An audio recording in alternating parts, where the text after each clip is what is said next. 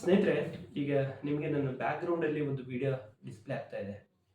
ವಯನಾಡಿನಲ್ಲಿ ಆಗಿರುವಂತಹ ಈ ಮಹಾ ದುರಂತದಲ್ಲಿ ಬದುಕಿದಂತಹ ವೃದ್ಧೆ ಒಂದು ಸ್ಟೋರಿಯನ್ನು ಹೇಳಿದ್ರು ನೋಡಿ. ಅದು ರಾತ್ರಿ ಅವರು ಆ ರಭಸದ ನೀರಿನಲ್ಲಿ ತೇಲಾಡಿಕೊಂಡು ಹೆಂಗೋ ಕಷ್ಟಪಟ್ಟು ಬದುಕಬೇಕು ಅನ್ನೋ ಆಸೆಯಿಂದ ಅವರು ಆ ನದಿಯನ್ನು ದಾಟಬೇಕಾದ್ರೆ ಅಲ್ಲಿ ಒಂದು ಆನೆ ಪ್ರತ್ಯಕ್ಷ ಆಗುತ್ತೆ. ನಿಮ್ಗೆ ಈಗಾಗಲೇ ಬ್ಯಾಕ್ ಗ್ರೌಂಡ್ ಅಲ್ಲಿ ನಿಮಗೆ ಕಾಣಿಸ್ತಾ ಇದೆ ನೋಡಿ.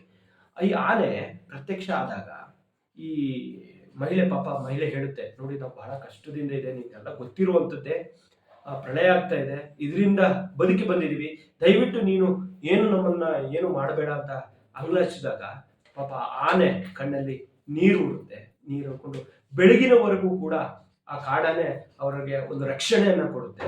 ಸ್ನೇಹಿತರೆ, ಈ ಮನುಷ್ಯತ್ವ, ಈ ಮಾನವೀಯತೆ ನಮ್ಮ ಮನುಷ್ಯರಲ್ಲಿಲ್ಲ. ಅಂತಹ ಮೃಗ ಕಾಡಾನೆ ಆ ವೃದ್ಧೆಯ ಮಾತನ್ನ ಕೇಳಿ ಬೆಳಗಿನ ತನಕ ಕೂಡ ಆ ಮಹಿಳೆಯೊಂದಿಗೆ ಇರುತ್ತೆ ಅಂದ್ರೆ ನಾವು ಮೆಚ್ಚಲೇಬೇಕಾಗುತ್ತೆ.